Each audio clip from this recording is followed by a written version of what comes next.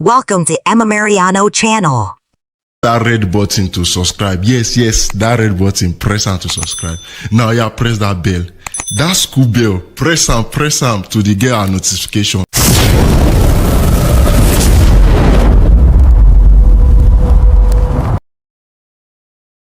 Please subscribe to my channel if you have not subscribed yet, and press the bell icon to get the latest updates from my channel. So, without further delay, let's get started. Tortoise was wise. Tortoise was slow. He loved to explore. He knew many things. Tortoise had a hard shell. It protected him always. He felt safe in his shell. He was happy. The forest was green. Trees grew tall and strong. Birds sang beautiful songs. It was Tortoise's home. One day, Tortoise went walking. He saw many animals. He talked to his friends.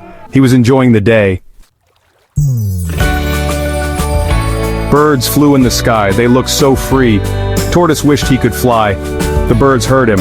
"We can help you fly," they said. They gave him a stick. "Hold this tight," they said. Tortoise was excited.